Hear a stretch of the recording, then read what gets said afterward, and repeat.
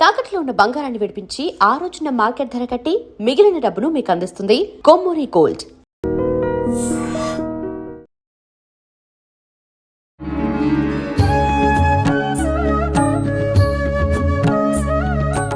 నమస్కారం, welcome to I dream. ధర్మ మార్గం విత్ విజిత కార్యక్రమానికి స్వాగతం. ప్రస్తుతం మనతో పాటు ఉన్నారు ప్రముఖ ఆధ్యాత్మికవేత్త, శ్రీ విద్యా ఉపాసకులు శ్రీ గురు కరుణామయ్య గారు. ఇప్పుడు గురుగారితో మాట్లాడి మరిన్ని విషయాలు తెలుసుకుందాం. ముఖ్యంగా మనకు ఎన్నెన్నో సందేహాలు ఉంటూ ఉంటాయి, వాటి గురించి సవివరంగా తెలుసుకునే ప్రయత్నం చేద్దాం. నమస్కారం గురుగారు. నమస్కారం గురుగారు, అమ్మవారికి మనం ఒకసారి చెప్పుకొని చేసే ముందర చేసుకుంటే ఖచ్చితంగా ఎలా సమస్య సాల్వ్ అవుతుందో కూడా తెలియకుండా సాల్వ్ అవుతుందన్నారు. అంటే ఇది అన్ని పరిస్థితుల్లో వర్తిస్తుందా? నేను ఎందుకు అడుగుతున్నానంటే గురుగారు, కొన్నిసార్లు అని కాదు, మన దగ్గరికి అది కొన్నిసార్లు రావచ్చు సమస్య, కానీ హాస్పిటల్స్కి వెళ్తే ఇది కామన్. ఇంకా అంటే ఐసీయూల్లో ఎన్నో వందల మంది ప్రతినిత్యము కూడా ఇంకా కొస ఊపిరితో కొట్టుమిట్టాడుతూ ఉంటారు. అంటే ఇలాంటి సందర్భాల్లో కూడా ఇలా మనం మంత్రం ఏదైనా చేసి అమ్మను పట్టుకుంటే కనుక నిజంగా పరిష్కారం అవుతుందంటారా? వాళ్ళు తిరిగి ప్రాణాలతో బయటకు వస్తారంటారా? మంచి ప్రశ్న వేశారు. మార్కండేయుడు శివుణ్ణి పట్టుకుని ఎంత నమ్మకంతో ఉన్నాడో, అవును, వెనకాతల మామూలు వాళ్ళు కాదు, ఎవరున్నారు? యమధర్మరాజు పాసం పట్టుకున్నాడు. అవును, సాక్షాత్తు యముణ్ణే చూశాడు. అయినా సరే నమ్మకం వదలలేదు, నా శివుడు నన్ను రక్షిస్తాడని. మనకు కొంచెం సిటీ స్కాన్ రిపోర్ట్ వస్తే మనం నమ్మకం వదిలేస్తున్నాం, యమధర్మరాజు చూడటం లేదు. అవును, ఎంత తేడా ఉంది మార్కండేయుడికి నాకును. అంచేత నేను మార్కండేయుడు అంత అవ్వకపోయినా సరే తప్పనిసరిగా ఇలాంటి ప్రాణాపాయ పరిస్థితిలో ఉన్నప్పుడు నేను నా భాషలో చెప్పుకోవాలంటే అమ్మవారికి అప్లికేషన్ పెట్టుకోవచ్చు. ఎందుకంటే ఈ ఆయుష్ అన్నది ఒక ఎనర్జీ, అందరికీ డిస్ట్రిబ్యూట్ అవుతూ ఉంటుంది. ఒక్కొక్కరికి ఒక ఎనర్జీ, బల్లికి ఒక ఎనర్జీ, మీకు ఒక ఎనర్జీ, నాకు ఒక ఎనర్జీ, చెట్టుకు ఒక ఎనర్జీ, అన్నీ ఉంటుంది. కొన్ని రేర్ కేసులో అవసరమైనప్పుడు ఎనర్జీని ట్రాన్స్ఫర్ చేయొచ్చు. ఇప్పుడు యాక్చువల్గా ఇలా అని గొలుసు వస్తుంది కదా, అదేంటిది? ఎక్కడో ఉన్న గొలుసు అక్కడికి వస్తుంది, నువ్వు సృష్టించలేవు. ఎక్కడో ఉన్న గొలుసు అక్కడికి వస్తుంది అంతే, తెలియకుండా. అవును, అది కూడా తప్పని నేను అంటం లేదు. ఎందుకంటే ఆ మహానుభావులు చేసి లక్షల కోట్ల మందిని ఆధ్యాత్మిక మార్గంలో నెట్టేరే కాబట్టి కేవలం స్వార్థం కోసం చేసిన వాళ్ళు కారు వాళ్ళు. అవును గురుగారు. సో అంచేత నేను ప్రార్థన చేసి నాకు వస్తూ ఉంటాయి వెరీ రేర్లీ, నెలకోటైనా వస్తుంది ఇలాంటిది, ఐసీయూలో ఉన్నారని. ఫస్ట్ నేను అడిగేది వయస్సు ఎంత. ఆ వయస్సు 70-80 అన్నారు అనుకోండి, ఏం చేస్తూ ఉంటారు? రిటైర్ అయిపోయారు. త్ర్యంబకం యజామహే సుగంధిం పుష్టివర్ధనం. అందరూ అనుకుంటారు అదేదో ఆయుష్ను పెంచుతుందని. అదేమిటంటే ఒక పండిన దోసపండు తన తీగ నుండి ఎంత సులభంగా రాలిపోతుందో అంత సులభంగా ఇతన్ని నయమైనా చేయి, ఏదో ప్రశాంతంగా చేయి, బాధ పెట్టకు. అది 70-80. అదే 70-80 ఒక ప్రపంచానికి ఉపయోగపడే వాళ్ళు, ఏ గురువులో, ఏ మంచి డాక్టరో అలాంటి వాళ్ళు ఉంటే అప్పుడు కూడా కొంచెం అప్లికేషన్ పెట్టుకోవచ్చు. కొంచెం ఏదో చూడమ్మా, 2-3 ఏళ్ళు కాస్త. మా గురువు గారికి 70 ఏళ్ళ వయసు అప్పుడు ఒక హార్ట్ అటాక్ వచ్చినప్పుడు మేము చేసాం. అది డైరెక్ట్గానే చేసాం. ఇంక ఇది చదివేసి చేతులు అక్షతలు తీసుకుని నా ఆయుష్లో ఆయనకి ఎంత కావాలో అంత తీసుకోండి అని చెప్పి నీళ్ళు వదిలేసాం. ఏం చేస్తాం, మాకు మంత్రాలు రావు అప్పుడు పెద్దగా. నాకు తెలిసిన మంత్రం అది, అందరూ చేసే. నువ్వెంత ఇచ్చావంటే నేను 6 నెలలు ఇచ్చానన్నాడు ఒకడు. అక్కడ కూడా ధారాళం లేదు, అదే బతికారు. అందువల్ల బతికారు. ఈ మాయలో మమ్మల్ని నేర్చుకోవడం కోసం ఆవిడ క్రియేట్ చేసింది.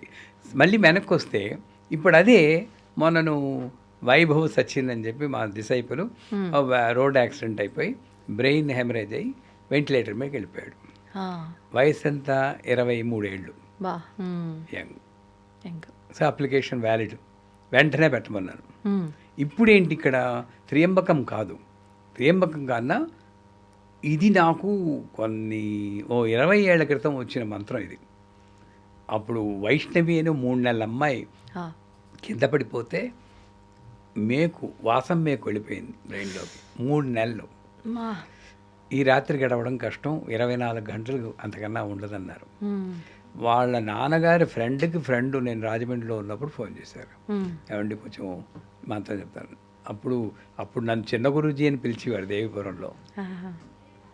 ఇప్పుడేం పెద్ద గురూజీ కాదు, అప్పుడు ఆ పిలిపే చాలా బాగుండేది. చిన్న గురూజీ అని పిలిచి ఏం చెప్పండి అంటే, నాకేం తెలియదమ్మా, కానీ అప్పుడు ఒక్క నిమిషం ఉండండి, ఆలోచిస్తే జూమ్ సహ మాం పాలయ ఇది మహామృత్యుంజయ మంత్రం. జూమ్ అన్నది మహామృత్యుంజయ బీజాక్షరం. అది నాకు తట్టింది. దీన్ని కొంచెం కుకింగ్ చేసి వండేసి ఓ పెద్ద మంత్రం చేద్దాం. మాం పాలే అంటే అక్కడ నన్ను రక్షించుని నేను అహంకారంతో చెప్పుకోకూడదు. తర్వాత మళ్ళీ ఈ త్రియంబకం చేరుద్దాం, నీ ఇష్టం ఏదైనా చేస్తే చేయి, కానీ నన్ను రక్షిస్తుంది అంటే రెండు చెప్దామని చెప్పేసి ఆలోచించి అప్పటికప్పుడు ఆ అమ్మాయి గోత్రం అడిగి జూమ్ సహ డాష్ గోత్రోద్భవతి డాష్ నామదేవతి పాలయ ఇంకా వాళ్ళ మమ పుత్రికాయాం మమ పుత్రాణం అని వాళ్ళ అమ్మకి నాన్నకి స్పెషల్ కస్టమైజ్ మంది చెప్పి త్రియంబకం జామయ సుగంధి పుష్పవర్ధనం అది చెప్పి మళ్ళీ లాస్ట్లో జూమ్ సహా సంపుటీకరణ చేసి వాళ్ళు 24 గంటలు టైం ఇచ్చారు కదా, మనం 24 గంటలు టైం ఇద్దాం. 24 గంటల్లో వైష్ణవి కళ్ళు తెరవాలి. మీరు వాళ్ళ అమ్మని నాన్నని ఒకళ్ళు మార్చవచ్చును, గ్యాప్ లేకుండా ఒక్క నిమిషం గ్యాప్ రాకూడదు. 24 గంటలు చెప్పండి. ఇక నెక్స్ట్ సెంటెన్స్ నాకు చాలా ఇంపార్టెంట్. నెక్స్ట్ ఏమన్నాను, తర్వాత ఏమైందో చెప్పండి అనలేదు. ఆ అమ్మాయి కళ్ళు తెరవగానే నాకు చెప్పండి అన్నాను. ఇంకా మీరు ఫిక్స్ అంతే, నమ్మారు అంతే 100%. లేకపోతే ఆవిడనే నమ్మరు, ఆవిడ మంత్రాన్ని నమ్మరు, ఫైట్ చేస్తాం. అవును, నువ్వు మంత్రం ఇచ్చావు కదా, మంత్రం ఇచ్చినప్పుడు పని చేయలేదు అనుకో, నాకేం లేదు, నిన్నే నమ్మరు ఎవరు. అంతే వాస్తవం గురువుగారు. కాకపోతే నాకు నమ్మకం ఉండాలి, ఆ నమ్మకం ప్రతి మాటలోనూ కనబడాలి. నాకు ఫోన్ చేయండి అన్న. 2 గంటలకు ఇచ్చారు ఆ మంత్రం. మర్నాడు ఆ మధ్యాహ్నం 2 గంటల వరకు చేయాలి. పొద్దున్న 11 గంటలకి నాకు ఫోన్ వచ్చింది, థ్యాంక్స్ గురుగారు వైష్ణవి బతికిందని. అలాగే వైభవ్ కూడా నిన్ననే వెంటిలేటర్ మీద పైకి వచ్చేసాడు. మా మొత్తం 1000 మంది సభ్యులందరూ చేసాం జూమ్ సహా. వశిష్ఠ గోత్రోద్భవస్య వైభవ సచిన్నామధేయ పాలయ అని. అంచేత ఎటువంటిదైనా సరే మనం బుర్ర ఉపయోగించకూడదు. అయితే కండిషన్ ఏమిటంటే, ఈ మంత్రం మొదలెట్టాక ఎటువంటి రిపోర్ట్ వచ్చినా సరే వాళ్ళ సైన్స్ వాళ్ళది, మన నమ్మకం మనది. చెదరకూడదు, బెదరకూడదు. ఇంకే సోడియం పడిపోయిందండి, కాల్షియం పడిపోయిందండి, అయినా సరే అమ్మవారు చూసుకుంటుంది. అంత నమ్మకం, మార్కండేయ నమ్మకం మనకుంటే అప్పుడు డెఫినెట్గా ఇది పనిచేస్తుంది. ఇది విన్నవాళ్ళు కూడా ఇది అందరూ ట్రై చేయొచ్చు కావలిస్తే. కాకపోతే భక్తి, నమ్మకం, ఈ శ్రద్ధతో చేయడం 24 అవర్స్ చేయాలి.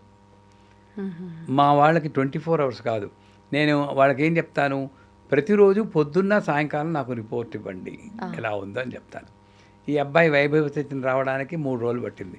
కాకపోతే ఫస్ట్ డేని కొంచెం కళ్ళు రెప్పిల్లా అన్నారండి, చాలు మార్పు తెలిసింది.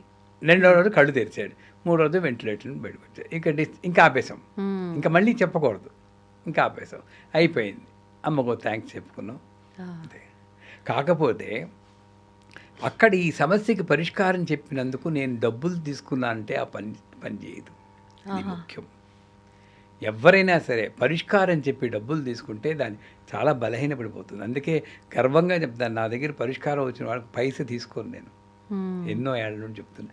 మీ ప్రశ్నకి ఎంత అడుగుతా, ప్రశ్న అడిగితే ఎంత తీసుకుంటారండి అంటారు. అసలు నేనెందుకు తీసుకోవాలమ్మా అంటాను. లేదండి, అంచేత పరిష్కారం చెప్పినప్పుడు వాళ్ళంతటి వాళ్ళు ఇస్తే అది వేరే విషయం. అదే అవును, బట్ అది కూడా ఒక్కొక్కప్పుడు యాక్సెప్ట్ చెయ్యం. అంటే ఎలాంటి సందర్భాల్లో గురువుగారు? మెంటల్ డిస్టర్బెన్స్ వచ్చింది, ఫ్యామిలీ డిస్టర్బెన్సెస్ ఉన్నాయి, అప్పుడు నేను తీసుకుంటే ఆ కర్మలో కొంత భాగం నేను తీసుకుంటున్నట్టు ఈ డబ్బుతోటి. అవునా? అందుకే మెడికల్ ప్రొఫెషన్లో కూడా బాగా డీప్గా వెళ్తే ఆ జీవి రోగంతో బాధపడాలి, నువ్వు మధ్యలో అడ్డుకుని మందిస్తున్నావు.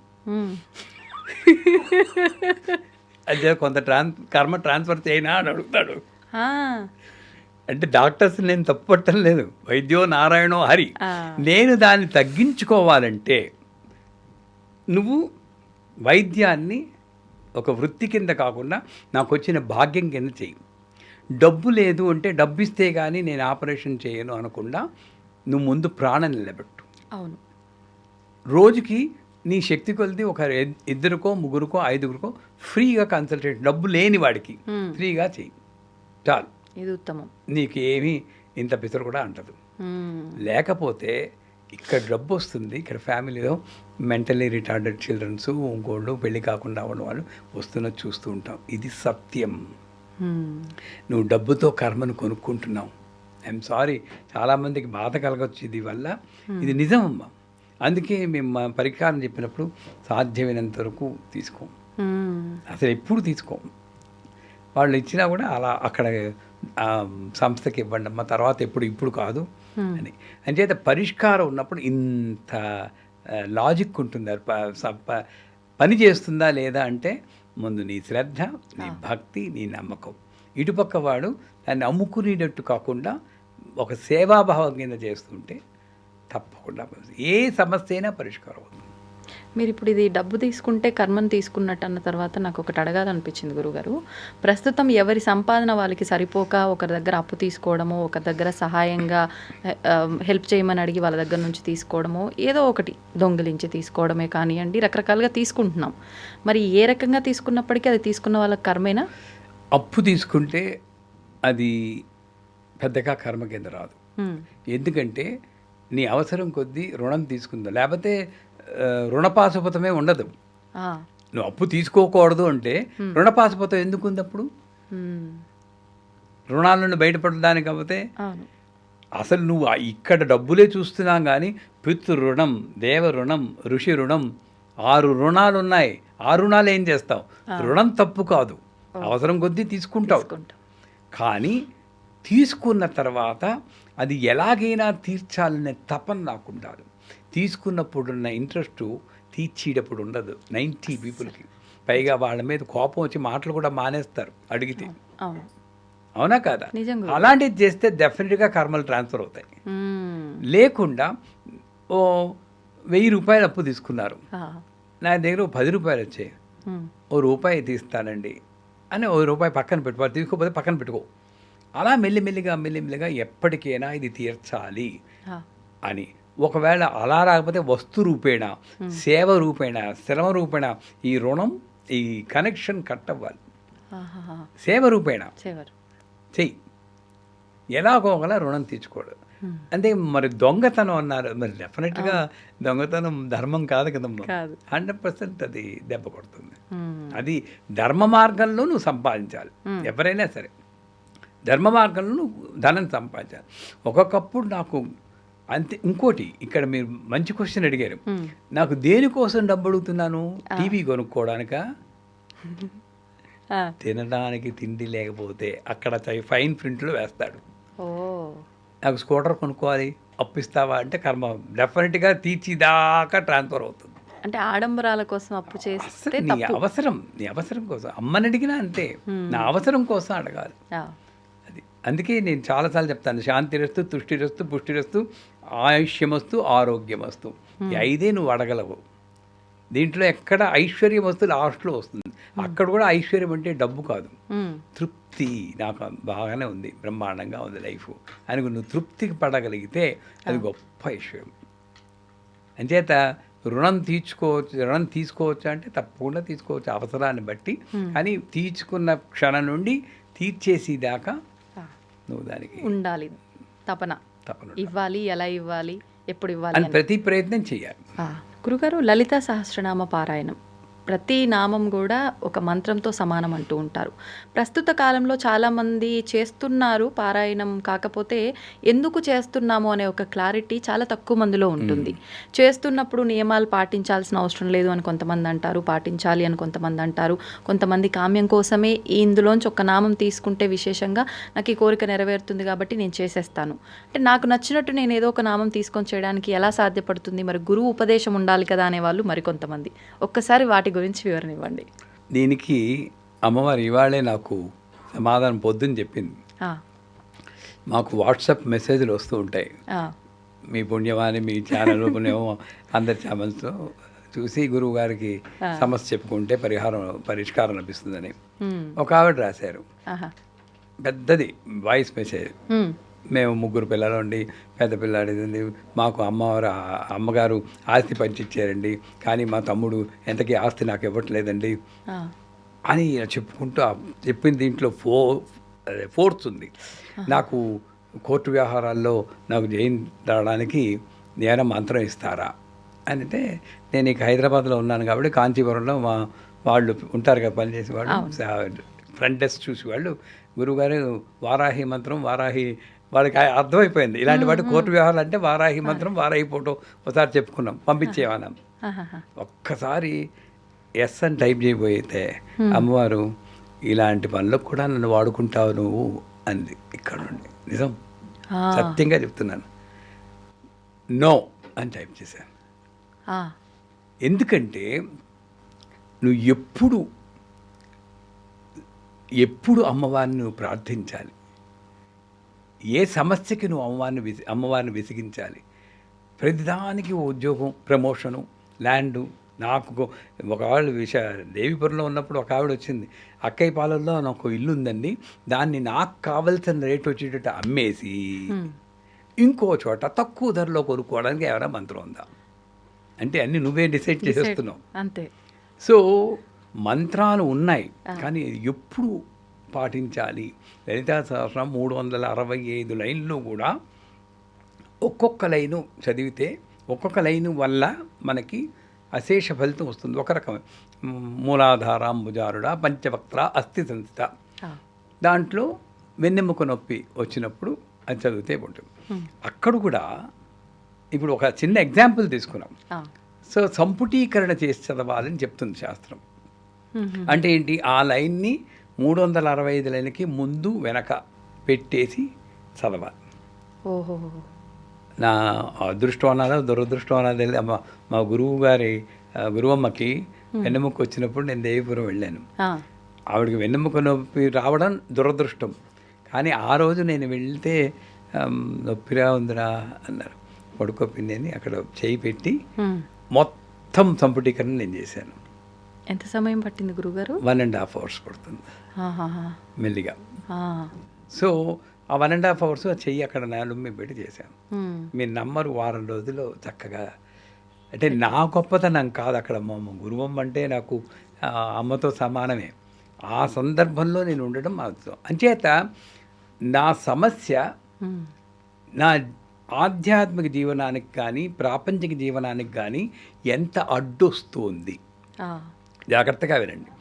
నేను లలితా సహస్రం చదవమంటాను, సమస్య పరిష్కారం చెప్తాను, కానీ ఈ సమస్య నా ఆధ్యాత్మిక జీవనానికి కానీ ప్రాపంచిక జీవనానికి కానీ ఎంత అడ్డొస్తుంది. వెన్నెముక ఉంటే నొప్పి ఉంటుంది, నేను కింద కూర్చోలేను, సరిగ్గా పూజ చేయలేను. సరే గ్రాంటెడ్ అంటున్నాడు, సంపుటీకరణ చెయ్యి. ఎందుకంటే ఆ రకంగా నువ్వు అమ్మవారి నామాన్ని పదే పదే చెప్పుకునే అవకాశం లభించింది అనుకుంటే నీకు 90 రోజులు చేయమంటాం. 90 రోజులు అక్కడ 30 రోజుల్లో మా అక్కయ్య గారికి డిస్క్ ప్రొలాప్స్ ఏదో అంటారు కదా, స్లిప్ డిస్క్, అది నయమైపోయింది 30 రోజుల్లో. మూలాధారం జ్వరం. అదేంటి, అక్కడ తాదాత్మ్యంతో నాకు ఒక భాగ్యం దొరికింది అనుకుని చెయ్యాలి. కానీ మన వాళ్ళు కొంతమంది ఏం చేస్తారు, పూర్తిగా చదవాలండి, ఆ ఒక్క లైన్ చదివితే చాలదా, అంతే. పూర్తి వెన్నెముక బాగు చేయాలా, ఒక్క పోస్ట్ తరి చేస్తాను సరిపోతుందా? అమ్మమ్మ అక్కడ మాత్రం మొత్తం రిజల్ట్ ఉండాలి, మొత్తం సరిపోవాలి. అంచేత నేను అమ్మవారితో ఎలా డీల్ చేస్తున్నానో అదే మళ్ళీ నాకు విశ్వం దర్పణ దృశ్యహరి అని చెప్తారు కదా, నేను చూసిదే నా ప్రపంచం నాదే అంటే నేను ఎలా డీల్ చేస్తాను అదే నాకు వెనక్కి వస్తుంది. అంచేత లలితా సహస్రనామంలో అనేక సమస్యలకు పరిష్కారం ఉన్నా కూడా ఇప్పుడు పిల్లలు చెప్పిన మాట వింటం లేదు, మనశ్శాంతి, భార్యాభర్తలకు దెబ్బలాట్లు ఉంటాయి.